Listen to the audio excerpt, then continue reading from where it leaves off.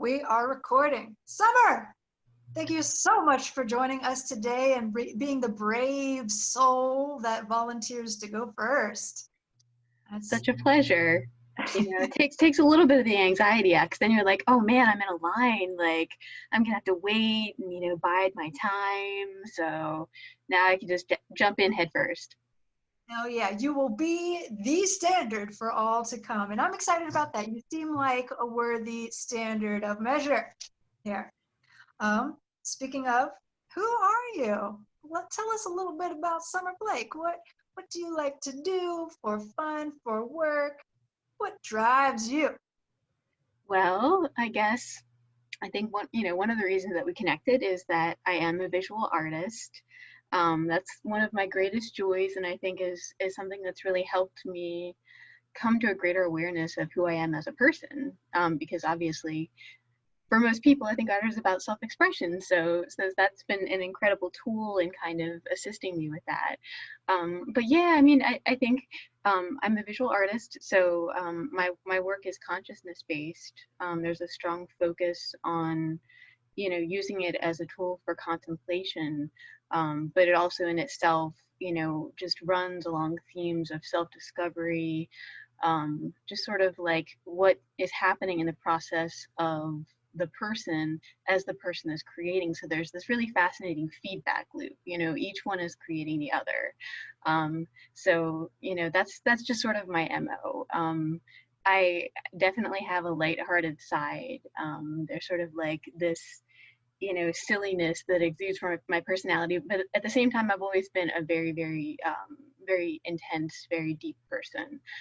So there's no lack of wondering why or wondering how, and also there's just this deep drive to just always be learning. Like I'm fascinated by the world and fascinated by my senses.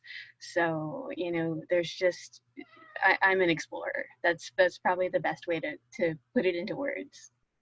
Yes, girl, you are the perfect person to start this series off with. Oh my gosh, you just like inundated me with all these wonderful answers. Hell yeah, I celebrate your being.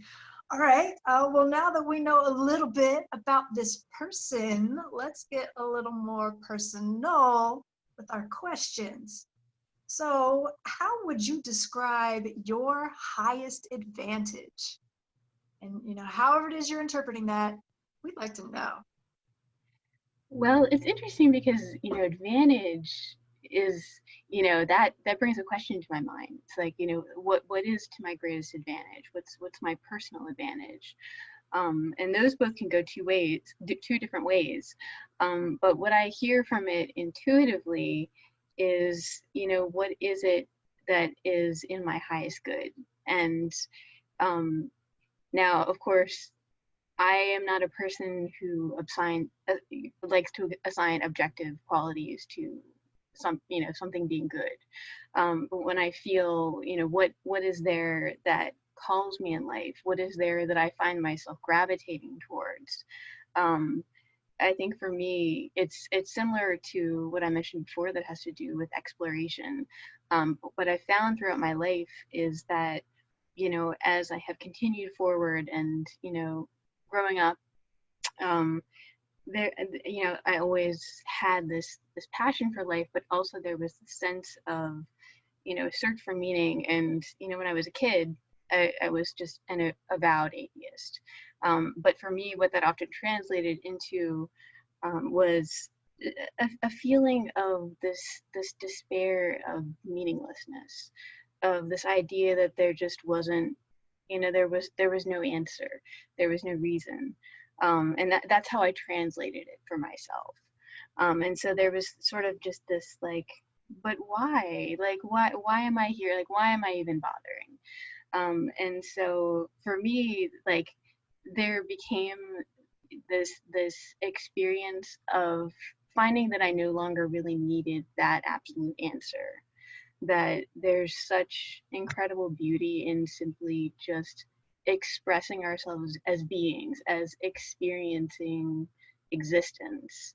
And for me, I think also being a person who has always been a perfectionist, who has always, been trying to, get to the right answer, to produce the product, to, find the solution. There's been a stepping away from that, and, like moving towards more of an appreciation of whoever I need to be in the moment. And that kind of celebration, I think, is something that so many people struggle with. And I think one of the greatest gifts that we can give to others is that sense of just seeking to constantly move greater towards acceptance. Okay, yeah. So your highest good in a non-objective, limiting, absolute sense is to be in a state of exploration and wonderment and excitement, and to be surrounded by beauty. Am I understanding you correctly? Yes, absolutely. Heard. I love that. You fit right in here. My goodness. So now let's move. Not that we haven't been in a philosophical conversation this whole time, but let's get a little more abstract and talk about some notions here. So does that personal highest advantage count towards a universal or common notion of humanity's highest advantage? Now, I know you said that not in an absolute sense, there is not this highest advantage or purpose or meaning, but can we find that in maybe in a less absolute way, uniting humanity? Or is everything just up for grabs? Sometimes I do feel that it really is. I mean, I like to, rejoice sometimes in the sense of just feeling that something, I've come to this, something's clicked, and it's like, okay, now this makes sense. Here's what it is.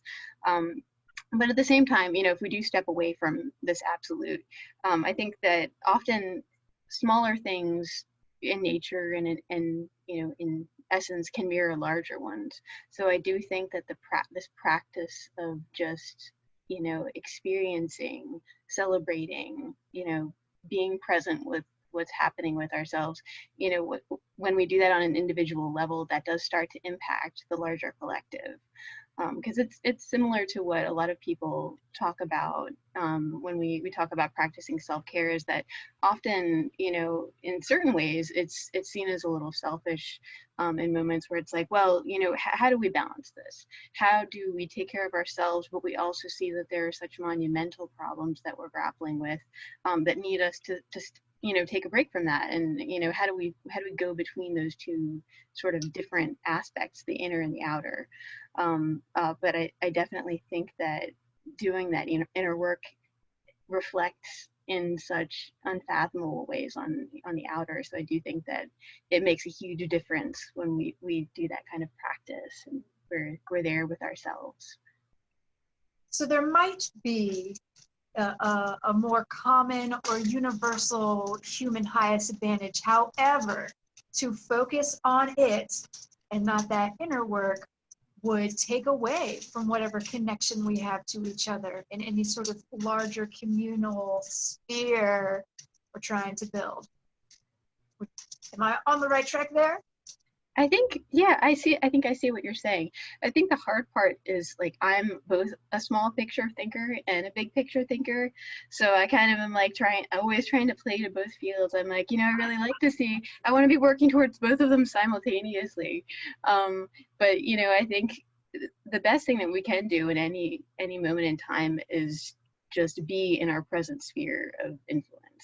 Wherever we're affecting the world is where we can have that ripple effect. So if it's possible that it then, becomes something like, as with the butterfly effect, where something that you do that's small in one area then transcends your immediate sphere, then, really does have that possibility. So I hope that what I do might have a bigger effect. Have you read Schiller, Friedrich Schiller, the philosopher? Not in a long time. Okay, because this, I think it speaks a lot to his notion of play and uniting this conceptual sphere with the very lived, raw presence of the now, which is always changing and constantly contradicting any sort of concept we try to create about the world and capture the world within. And so to find the interplay between the two is to be, in a sense, a playful artist who creates their concepts and is in touch with their inner child and uses beauty to bridge the gap between that conceptual world, or as you put it, maybe that outer world of dealing with other people and our inner world of sense making. So just a side note, I really like what you have to say.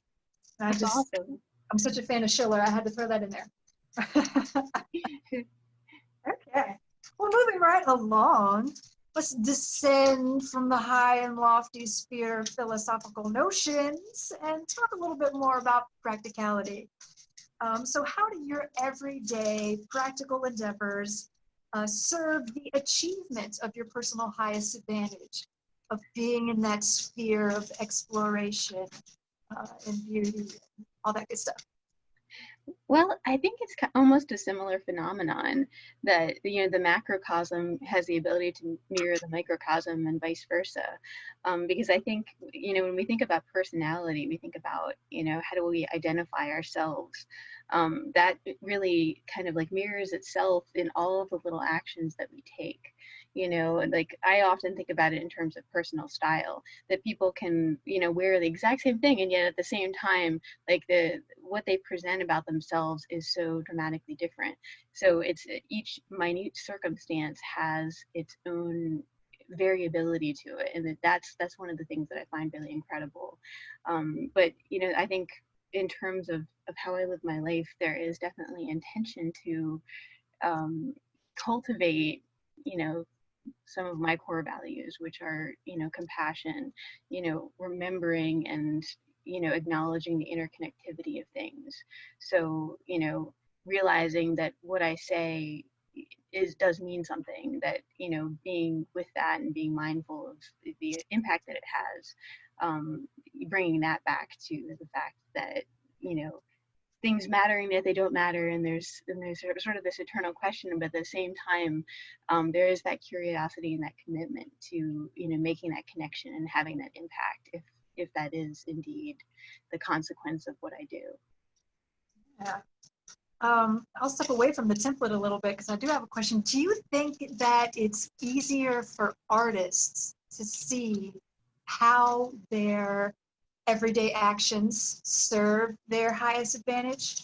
Because as an artist myself, I'm like, oh yeah, my highest advantage is to play drums and to create and to be in that sphere of creativity. And of course, my practice serves to open that sphere up, and playing with other musicians acts to open that sphere up for me. So it's easy for me to see how my everyday actions serve that purpose. Do you think that's an artist thing? That's so hard to say. I think the real one of the beautiful gifts about I think identifying as a creative, I think everybody is creative. So there's kind of this myth that people are like, I'm not in that club, but everybody is. We're all doing it. But I do think that part of the experience of the creative is acting as this channel, that there's sort of this thing that's coming forth, and like, so speaking personally, I have always identified as being such a split of a person. So, I'm an artist, but I also went to law school. And so there's this very powerful analytical side of myself. My parents are engineers, I love certain types of math. There's just this satisfaction in the logic of things. But I think what's so interesting is that I see them as two sides of the same coin. And so intuition often is the same intelligence expressed or experienced differently. And I think that the unconscious accessing of these same truths or these same sort of experiences is there's this pleasure to it because it's just happening. And there's like a different pleasure in sort of like figuring out all these little grooves and pieces when we do this at deductive analysis and when we sort of like parse it out. But I do think that, artists do have this very extraordinary connection when they're really comfortable and they're in that groove, when they're like jamming and they're just doing what they're doing without questioning it. But I think each one kind of creates this like lust for the other and this like pleasure. So, I can't say it's like better being artist, but I really love that part of the process. And that's why, I must be doing it so frequently. So it has its own sense of efficiency. Not to Yes. take away from other sorts of efficiency, but it definitely has its own path, which reveals great wonders. I love your answers. This has been great. How yes, woman. How yes. Okay. So let's step away from that practical sphere a little bit and move into the more metaphysical, existential, psychological. And you kind of touched on this a little bit when speaking about stepping away from notions of objectivity and absolutes and noting a lack of innate purpose out there. But I'll ask this anyways. How do you come to know the basic patterns of the mind and of the human experience? What's your point of access to reaching those patterns? Well, I think this is a good one for an artist to answer, because I think often the artist arrives at these patterns through the intuitive process, whereas we can. It's kind of like, so I also am was I think was the better term, was a musician for many years. I played the violin, and I was classically trained, right? So I trained using the Suzuki method, and there's the mathematical side of music. There's the mathematical side that says, okay, like, this is music theory, these are how the notes work, here is how you can use this orderly system in order to to create music, and that's so important too, because it allows for a degree of complexity. On the other hand, when you are just kind of like doing improv, and like, you're just doing whatever, like, the way that I started creating art is that I started doodling, and I had no idea how to do that before I sort of like surrendered to that process. So I think that there's this experience of just letting the creation process happen, where you start to witness the patterns occurring as they happen, and it's not something where you're trying to control them or force them. You're just like, whoa, here they are, and that, I think, that creation process, that's like a big source of that, and it's one of the things that I really love. There's a lot of like overlapping and layeredness to my artwork, even though it's two-dimensional, and sometimes I'll look back and I'll look at the whole finished work, and there's just so much that I had no idea was in there when I started. I was like, okay, now it makes sense. Like, I had no idea this was happening, but here it is. Yes. Well, first, I love that you gave the music example. My head is always uh, thinking about, as a philosopher, this relationship between the lived experience and the rational structuring of that experience. And so much ancient thought. I was just talking about this in my class the other day. My poor moral foundation students have to suffer through so much more than just moral foundations. But we were talking about the Pythagorean school, and the emergence of the monochord, and how when you divide the monochord in half, you get an octave, and it's not the vibrations of the string which occasion the sound. It's not any acoustics. It's not feeling or stuff going on in your brain. What defines the value of that note is the pure number, that pure ratio. So Plato picks up on that, and he gets a little more experiential with it. And it gets passed down to Aristotle and his student Aristoxenus. I can never say his name right, but Aristoxenus, talked so much about the practice of those numbers and of the musical experience of being able to, well, and I guess Plato did too, of being able to embody and demonstrate and display the very intimate relationship between those rational structures and subjective feeling or loosey-goosey experience and connection, and which would allow us to, rise to the lofty thought and then come back down and have those steps clearly defined through notes and rhythms. So that was a tangent of mine. I'm sorry. I'm just so excited that you said that. Hell yeah. And I also really like what you talked about with the end product of an artistic experience. You know, you're in the throes of creation, and you just lose yourself. You step away from those everyday norms and objectivities and whatnot, and then when you come back from that realm, you know, you have something to show for it, and you can look back and, like you said, discover Mhm. dimensions that weren't even there. So yes, those are both wild and amazing, fantastic access points to coming to understand the basic patterns of experience in the mind. Yes. Thank you, Summer. Summer Flick. Yes. Okay. Okay. Okay.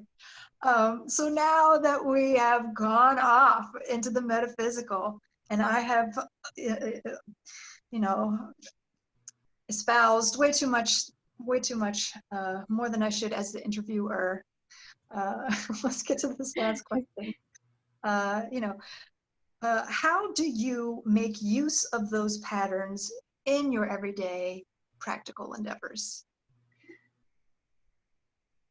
Well, I think that, there's this process of discovery that we start to notice the patterns, and then there's the subsequent process of reincorporation, where, like, also, as I mentioned, so, and I'd love to show a couple pictures after we go through the questions, and Yes.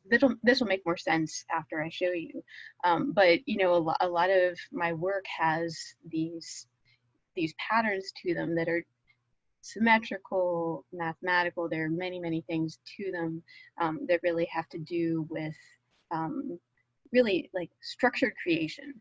And so that process itself is deeply meditative. It just requires you to be there with it. And you're probably doing a lot of things over and over again, but it allows the mind to wander. And at the same time, it's part of that process. So there's all of these really beautiful like epiphanies and realizations. For me, my work is part of the process of personal growth and personal transformation, because it's a self-reflective process. And so as I'm noticing these patterns that sort of are just emerging unbidden, they kind of come back with me, and I'm like, okay, well, the thoughts are happening, the art is happening, all these things are happening, and at the end of the day, you know realizations have happened. And that's really what I bring back with me, that I, see the patterns, acknowledge the patterns, and, they're just bouncing back into everything else I do. Nice. Well, can you share those pictures or with us? Yes, I would love to. Here, let me bring them up. 1 second. I'm just going to share my screen. Can you do that? Do I have to make you a host?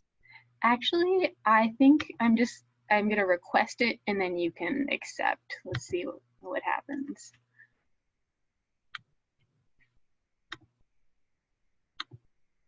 Oh, it says host disabled participant screen sharing. Oh, I guess. Let me. Oh, I should make that not happen. Oh, I am the host now. You are the host now. Although I should look Exciting. through how to allow participants to share things. I'm new to this. Yeah, it's all very exciting. Okay, so let me know if you can see this. I'm going to bring an image up. So this is the first one. This is actually, can't even see my screen here, but this is collective consciousness. So a lot of my work deals with sacred geometry, which is one of my favorite things. I love sort of exploring that bridge between science and spirituality.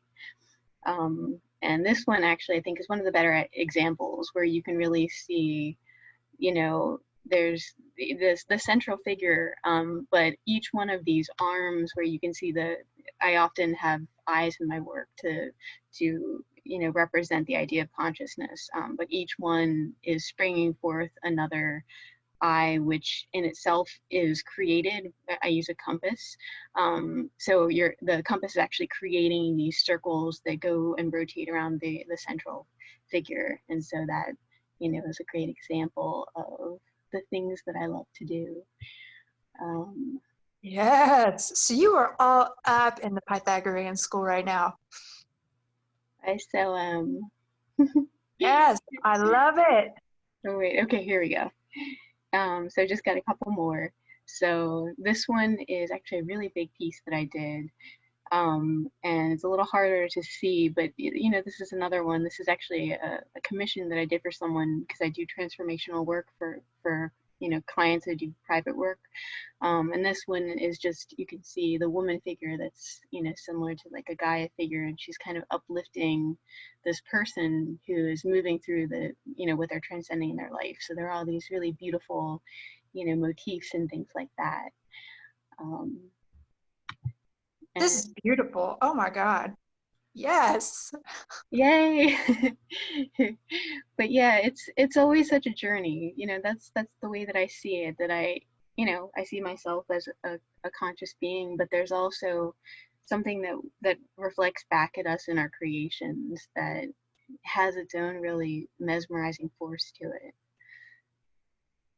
This one is The Alchemist, or Alchemista, which is one of my favorites. So that itself, is the process of alchemy, which is the process of spiritual or physical transformation, where we're really, taking the essence of ourselves and reducing, eliminating the baser metals or the baser components and refining it, and all those crazy steps to, ultimately become what, we were essentially meant to be, no matter that we have no idea what that is.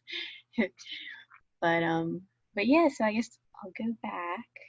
Let me see if I can unshare my screen.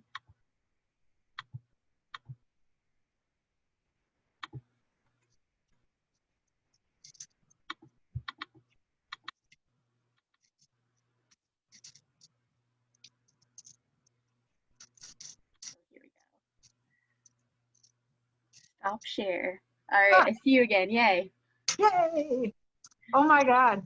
Thank you so much for sharing your work along with your amazing answers. Summer Blake, you're one of my favorite people. Oh my gosh. Oh yes. Thank you so much for responding to the ad and being our first participant. Any more closing thoughts that you'd like to share with us? Well, I want to also say that it was such an incredible pleasure. I have such a love for philosophy, so it's such a joy. The class that really changed my life in college was European intellectual history, and it really, was an exploration into how certain ways of seeing the world profoundly shaped the course of society. And it's so beautiful to see how everything, perspective is everything. And I just love seeing the magic of what happens when people exchange ideas, share things, interconnect, so like this kind of stuff needs to happen more often. So thank you so much for facilitating. Yes. You're wonderful. Oh, thank you. Well, do share. I'll put this video up on our YouTube and Facebook and our website. But share with your friends as well, because if you had as much of a good time as you say that you did, I'm sure others will as well. And we do want to spread that magic. We're all about it. All right, Summer Blake. Cool. Well, the last thing I'll do, actually, because I know I always was about to forget this, I'm going to share my screen really quick one more time. And I'm going to show you, for anybody who's watching this, if you do want to check out my work online, yes. Here we go. So here is, you can just visit summerblake.com. My Instagram's right there too, at Art of Summer Blake. Same for Facebook and Gmail. So it's pretty easy to find me. I've got all kinds of prints, stickers, shirts. But if anybody would be interested in engaging me whatsoever, please connect. So find me. I'm out there. At least I'm fairly aware that I am. So, but yes, thank you so much. All right. Well, hell yes. Thank you, Summer Blake. We hope to work with you soon, and please do be on our page. We'd love to have you all over it. I love that. Yeah. All right, girl. Well, thank you so much. I'll see you soon. Bye.